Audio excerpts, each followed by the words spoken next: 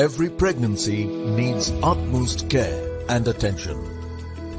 But certain pregnancies need a little extra attention. An RH negative mother carrying an RH positive baby is at increased risk of complications.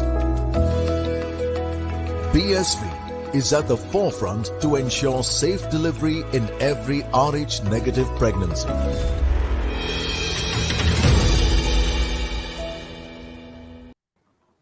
Welcome to the Outside View, brought to you by Women's Crick Zone, and this is presented by PSV, Puma, Food and Wellness, and AMRI Hospitals. I am Rupa Ramani, joining you bright and early here if you're watching us from India. And of course, today is that big encounter between India and New Zealand. We'll get you all the details, and in fact, if you can see the screens, it says, of course, clearly India winning the toss and electing to bowl first. But I will first introduce our experts who've lined up to sort of take us through that match today. That'll start in about 15 odd minutes from now. Is Dane Van Niekerk joining us all bright and early. Hi, Dane. Welcome. Of course, South Africa captain. Should have loved to be out there in the middle, but of course, World Cup's loss is our game. And as always, former India cricketer Sonia Dabir. Thank you, Sonia, for joining us in as well. Thank you. All right, so India winning the toss and electing to bowl first against New Zealand. And this is, as you remember, in Hamilton. The last time there was a match in Hamilton, it was a top scoring affair. There's one change for the Indian lineup. Yastika comes in place of Shafali. No injuries, but there is, of course, that intention that maybe Yastika might add something else to the lineup. This is how the two teams look. No changes on the New Zealand side, at least from that last match against Bangladesh. They had made one change for that one. They stick to that 11 that took on Bangladesh. And in India, there's that one change that you can see right at the top of the order. Yastika Bhatia going to be opening with Smriti Mandhana instead of Shafali. Okay, ladies, just opening thoughts. I'm going to go to you, Sonia, first on this. We've seen India sort of having seen a lot of New Zealand in the last few weeks. In fact, they've seen enough of them. They're like, we don't want to see this side again, do we? And also because they've lost most matches to exactly this lineup. Is that going to somewhere play on their minds? Well, I don't think so, because it was kind of a very good preparation for the Indian team before the World Cup, as they could experiment few things in that series. And there were a lot of positives, I guess, because they were continuously scoring 250 plus scores, chased down a big total. So I don't think that will be in their mind, especially the loss, because they came into the World Cup with a winning momentum, the last match of the series plus the warm-up game. So I don't think there will be any negative impact or negative thoughts from that bilateral series. Dani, just for you to sort of give us the New Zealand perspective, it's always nice if you've got the better over a side consecutively, barring the last occasion, of course, consecutively, more repeatedly, going into a match that you have to sort of win to get the momentum going. New Zealand, how will they be sitting ahead of this encounter? Yeah, I think they'll be confident. Obviously, had a bit of a stumble against West Indies, which is probably not ideal. It's sort of a World Cup for them, especially being at home. But yeah, I think you're spot on with the confidence part. They beat them quite convincingly in the bilateral series and in England, in New Zealand recently. So yeah, I think they should have this confidence. But I always say it's a World Cup, and it's a high pressure tournament, and when the pressure gets to you, you see some teams fold a little bit, but they're very consistent as well as a side. I think that's what I'm enjoying about New Zealand, is they're not really making massive changes. They really backing a side that they want to get, take through the World Cup, and that's what they did with the bilateral. And I'm a big fan of that, keeping things simple and keeping them the same. And I think New Zealand has hit the nail on the head by keeping their team the same, and hopefully, that'll pay off for them. But as I said, it's a World Cup tournament. I don't think you can think too much about a bilateral. If you look at West Indies, didn't have the best bilateral against South Africa, and got two big wins in the World Cup that nobody expected. So yeah, as I said, I think just it's about rocking up on the day, and I think it's going to be a great contest between two good sides. As you mentioned, they won the warm-ups as well, so confidence on their side, on the Indian side as well. Yeah, absolutely. You said that spot on, Dani. I mean, we saw West Indies sort of losing their last five consecutive matches to England, and they've come out trumps, and they've had quite the tournament so far. So a lot of sort of anecdotes to take inspiration from. But just to carry on from the point that Dane made, Sonia, about New Zealand keeping things simple, and that starts right at the top with their skipper, Sophie Devine. Yeah, definitely. The more you have keep the things simple, it simplifies when you actually play on the field. Because as I said before as well, because why Rajeshwari was a successful bowler against Pakistan, because she was just keeping things simple, not trying too much of variations. Bowling just one line and length, and consistency was the key for her. And same is with the New Zealand team. They have kept the playing 11 same. I guess even in the Indian team they have not made much changes, so it looks like a pretty good side. Rashtika has done very well in the New Zealand series as well, and even she's done pretty well in Australia and England. So having one more left-hander in the top order also will have an advantage for the Indian team. Definitely, I think so. Yes, we'll of course look at the Indian batting side of things a little later after the first innings. But to just set up that face-off, which will be New Zealand's batters versus the Indian bowlers, Dane, just your thought on what a strong and intimidating batting lineup New Zealand does possess. Someone like they've got Sophie and Susie sort of getting warm, going by their last two matches, but that's not it. They've got a very, very commanding lineup. You have an Amelia Kerr as well over there who's yet to sort of shine. So a lot of depth in that batting lineup. Yeah, just going back to that bilateral, I think the depth was shown in within the New Zealand team. They generally, when you speak about the lineup, when we say oh, it's Sophie Devine, we say it's Susie Bates. Amelia Kerr came into her own, batted incredibly well. I think she's an incredible cricket player. All-round cricketer. But just some players winning games with their own bat without yes, you've got the contributions of the Susie Bates and Sophie Devines, but as you mentioned, the depth that they have, a Katie Martin coming in at 6'7", actually coming in at 6'7", winning games for her team. It shows you the depth that they have. But I mean, I know as a bowler coming up against a Sophie Devine and a Susie Bates is never amazing. They strike a ball incredibly hard, and yeah, it's never nice when they run at you as well. And I think that's the great thing that New Zealand is putting two of the best strikers at the top, intimidating and bullying bowlers, and they've gone really well. And then Amelia Kerr again coming into her own at number 3. I think it was a great call from New Zealand to put her there. As I mentioned, I think she's such a good cricketer. And then Amy Satterthwaite, that she's got vast amounts of experience, and she's always such a reliable cricketer and a player. So yeah, it's such a formidable team. They bat way down. I mean, Hayley Jensen, Leah Tahu can still strike the ball. Yeah, she's also coming to own as a batter, and Jessica's coming in at 10 almost. So yeah, what a good team. And as I mentioned, I think it's just going to be such a great battle today to watch. I mean, we say battle of the batters. I really and honestly truly think it might be that. Yeah, it's going to be quite the last time, as I said a little while earlier, the last time we had teams sort of lining up at the Hamilton, we saw a massive 300 plus run chase that almost sort of got over the line as well in response. Would we see something close to that?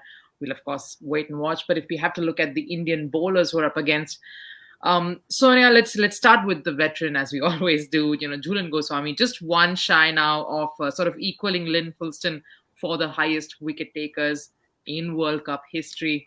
What a moment! It might happen here today for her, but she's just been the rock of that Indian bowling lineup for a while, hasn't she? Yeah, definitely. Uh, playing for being a fast bowler and playing for almost 20 years, it's definitely a very tough job. And with the consistency with which Julan bowls, it's just amazing. And the most important thing which she is doing right now is mentoring the young pacers who are really very good. And when you have someone like Julan inspiring you, mentoring you, definitely the future of the Indian pacers is in good hands. Just a because word on. Yeah, continue, yeah, Sonia. because sometimes it does happen, and just watching the pacer or watching someone like Julan, you can learn so many things. Actually, you don't need to even talk to her. You just can watch and keep learning many things. So the work ethics, the way she prepares, the way she bowls in different situations, this automatically will are going to help the upcoming pacers. Just a word, Dane, on to sort of flip back to the New Zealand batting lineup, the middle order. They are big names. They've sort of haven't really come into their own. We saw spurts of it by a couple of them over the last two games, but still sort of to dig in. Someone like a Maddie Green or Halliday. Is this going to be that space where they will see, okay, to sort of get themselves tested in? How do you see that middle order when it comes to New Zealand, especially vis-a-vis the Indian bowling lineup? Yeah, I think just when we speak, we do always just speak about the big names, the Sophie Devines, the Susie Bates, the Amy Satterthwaite. I mean, it's people that's been there all the time. But I mean, I'll speak about it as an engine room, and I think also Maddie Green as a little bit coming to her own. They've really persisted with her. At a stage I went, oh, why? But this last series I actually saw, okay, I understand why. They persist with her, and then. Frankie Mackay has been there for a very long time. She came back into the side and she's performed incredibly well domestically. I watched a little bit of their domestic season. Yeah, you can say that when you speak about a New Zealand batting lineup, you don't speak about the middle order as much because how heavy their top order is. But I mean, as I mentioned, they've won games, off the back of their bats.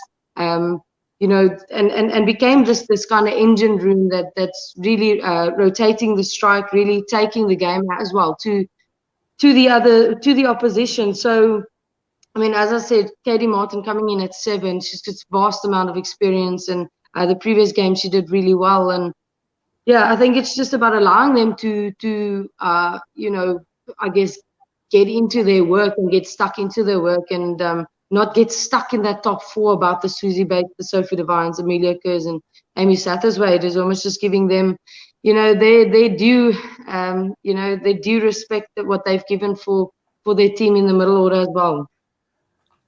Sonia, your thoughts on that New Zealand lineup? Where do you see them being the most brittle? Oh, actually, as rightly said by Dane, that when you have Katie Martin coming at 7 and Jess Kerr coming at 10, it is like the most amazing set team, you can say. But definitely, I would have loved to seen the one player I just Lauren Down. Yeah, she Hmm. was really amazing. She was the one who unfortunately missed out on the in the World Cup due to that injury. But the way she played in that series, the way she was hitting the bowlers, or for that matter, her fielding, that made a lot of difference in that very series. So if she would have been there, it would have been more difficult for New Zealand to make sit who the one player which unfortunately would have been maybe Maddie Green in place of Down. Yeah, that would have been a tough call indeed, but pretty strong side, as both our experts have been sort of reiterating. But just to also speak about the biggest positive that's come for India from their first game. This is, of course, their third. New Zealand. This is their second game. New Zealand is playing their third in this particular encounter.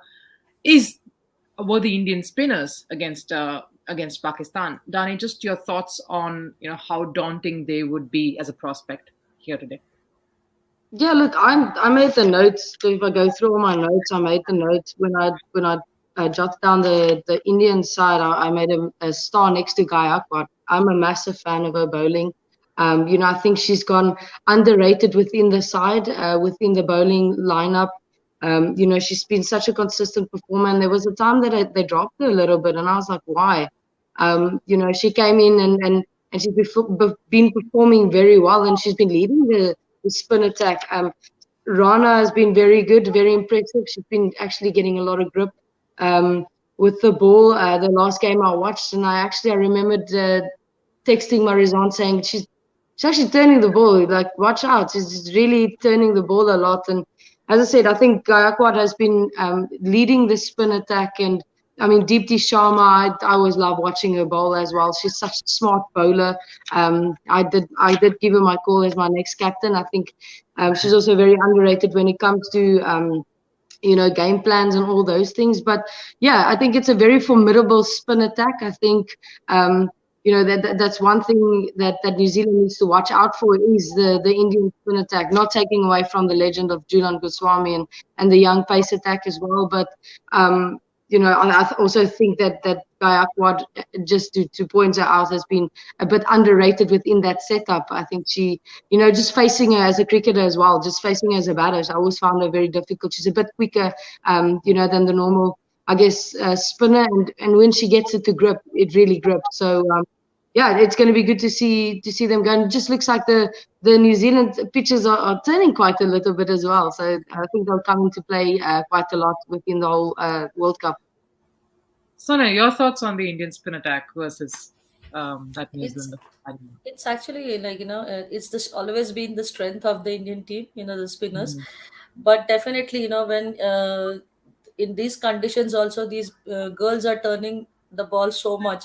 I'm sure they have a lot of confidence from the last game, and also it has helped the bilateral series has helped the spinners as well. Especially when they were doing few variations in that series in the warm up games as well. The spinning trio has kept the thing simple, bowl to 199 length and bowl according to their field, and that is the kind of the success formula for those spinners, especially Deepti Sharma and Rajeshwari Gaikwad. The way they both have bowled, they were slower through the air, and it was turning pretty well. Is there a battle, Dani, that you're waiting to sort of see unfold there out in the middle? Yeah, well, I mean, just watching Goswami go about her work as well. She's such a competitor, and her going up against, I guess, two legends within their own right, in Susie Bates and Sophie Devine, is going to be again such a great battle to watch. I'm sure they've played a lot of cricket against each other, and that's going to be good fun to watch and see how they go. Are they going to take her on? Are they not going to take her on? Or are they going to maybe see her out and take the other bowlers on? That's going to be interesting. It's always nice to see some of these veterans go head to head. Again, they've played a lot of cricket together, so it's always nice as a cricketer to watch what the game plans are against each other, and also just throwing it back to Goswami as well. Just what's her game plan going to be bowling at two very, I guess, destructive batters in their own right. Yes, it's going to be quite an intense battle right at the top. But just to sort of also talk about this one very, very young lady behind the wickets, Richa, how impressed have we been with her, ladies? I'm going to go to Sonia first and then maybe Dani as well. She's been very impressive. The way she plays her game, even though in any situation she likes to taking risk, and she makes sure she's taking those calculative risk when she's batting. And that catch in the last game was really amazing. Day in and day out, she's been improving in her keeping as well. As a batter, she is definitely one of the brightest prospects for the Indian team in future. And she understands the game, I think, pretty well. The way she is she implements herself and her game in the situations whatever she is playing. She adapts pretty quickly and starts the run scoring as well as her keeping skills very well when she's playing in the game. Your thoughts as well on Richa Ghosh, Dani? I mean, quite an imp behind the wicket. She is pretty quick so far. She's been pretty impressive behind her keeping skills. Have you sort of had a bit of watching on that? Yeah, look, I mean, I guess I took a bit of notice, of her in the WBBL. I thought, who's this kid? And we played a warm-up game against them, and I think she played for Hobart Hurricanes. I might be wrong, but I think that was the team. And she came in and she blasted the ball over extra cover, and I'm going, what? There's no way like a 16-year-old, how old she is, can really hit a ball like that. And she brought it to our bowlers, and I was thoroughly impressed, first of all, with her batting, without knowing that she's actually a really good keeper as well. I think she's come into her own when it comes to keeping. I think she's improved immensely in a really short amount of time. She's got quicker behind the stumps. Very sure of herself. You can see she's taking ownership of the angles as well. You can see her being really busy behind the stumps, and that's what you want from a keeper, is taking that ownership of the angles. And that's invaluable for a captain, if I have to say it like that, is when your keeper actually takes ownership of the angles, because they've got the best view and on the park. So I think she's one of the best prospects in the world at the moment.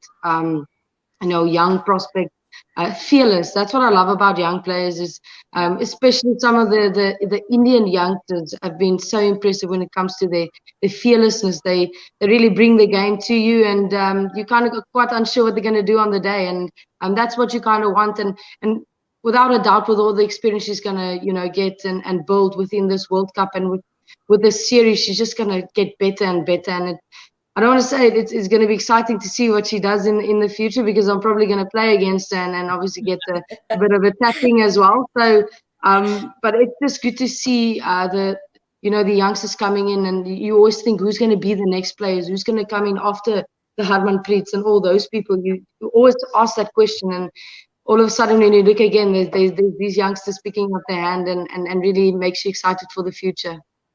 Yes, absolutely spot on. I think it's going to be an exciting contest just between those experienced hands in the New Zealand lineup and some youngsters in the mix in that Indian bowling unit. But just down to the last, a little tough portion of this show. It's prediction time, ladies. And Sonia, going to start with you on this one. What are we looking at here? What total are we looking at here, and what is your prediction on that? To be honest, it would be very good if the Indians restrict the New Zealanders before 250. Is that what you? That Is would that be, what you're looking at? Well, is that what you're looking at happening as well? yeah, because it's like the I guess the most of the bowlers, the spinners, they have been very good and they are able to restrict the batter. So I don't think that is, I won't say that is going to be easy for them. Definitely, when you have Susie Bates and Sophie Devine to start the innings, but Yeah. definitely, it is not. Uh, though it's not easy, it's not difficult, or it's not impossible as well. They've done it before, so it's definitely, and I'm sure they will be eyeing the same, restricting them before 250. Dane, what's the total that New Zealand's going to get to? Yeah, that is always the hardest part, because I mean, I'm also a massive fan of Susie Bates and Sophie Devine as cricketers and as people. So, I think realistically, them being at home, I'm gonna go with Sonia. I think if India can restrict them, below 250, it's gonna be a very interesting game. But my prediction is today Susie Bates is going to come off, and they'll probably score about a 260. And I want it to be a very good game. That's what you want when it comes to World Cup cricket. So all the best to both teams.